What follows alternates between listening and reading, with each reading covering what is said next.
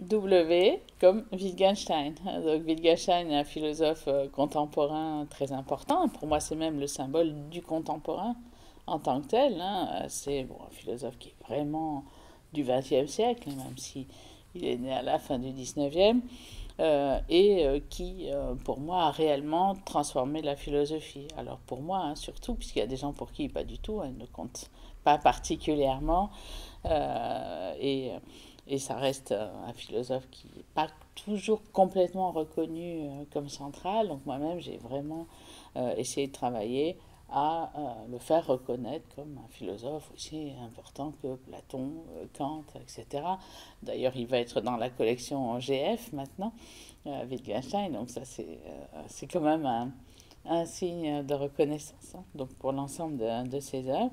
Et c'est quelqu'un qui a vraiment révolutionné la philosophie de deux façons, hein. D'abord avec ce qu'on a appelé ensuite le tournant linguistique, donc le fait de dire que la philosophie devait se tourner vers, vers le langage, hein, et vers en particulier la forme logique des énoncés pour arriver à connaître le monde, hein, donc les états de choses. Et ça, c'est vraiment un point de départ philosophique très important pour toute la philosophie contemporaine, la philosophie du langage, la philosophie de la connaissance. Et donc pour ça, Wittgenstein, c'est vraiment une référence pour l'ensemble de la philosophie analytique. C'est vraiment le point de départ, avec d'autres philosophes comme Frege et Russell, mais c'est vraiment Wittgenstein qui a accompli ça de façon très influente avec le Tractatus, qui a été un ouvrage vraiment, vraiment central, et pour toutes sortes de philosophes.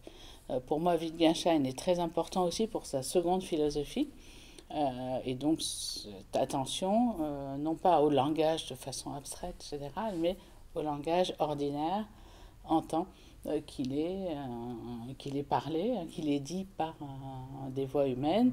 Et pour moi, c'est un apport aussi également important, peut-être autant que le premier dont je vous ai parlé.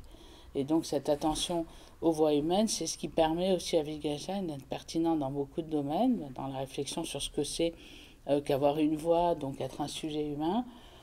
C'est important pour les questions politiques et sociales, hein, puisque les voix humaines, elles doivent aussi se mélanger, s'articuler, s'accorder ou pas, hein, ou dissonner. Donc, et également, bien sûr, pour toute la question du rapport que l'on a avec la réalité, hein, une réalité dont le langage lui-même fait partie.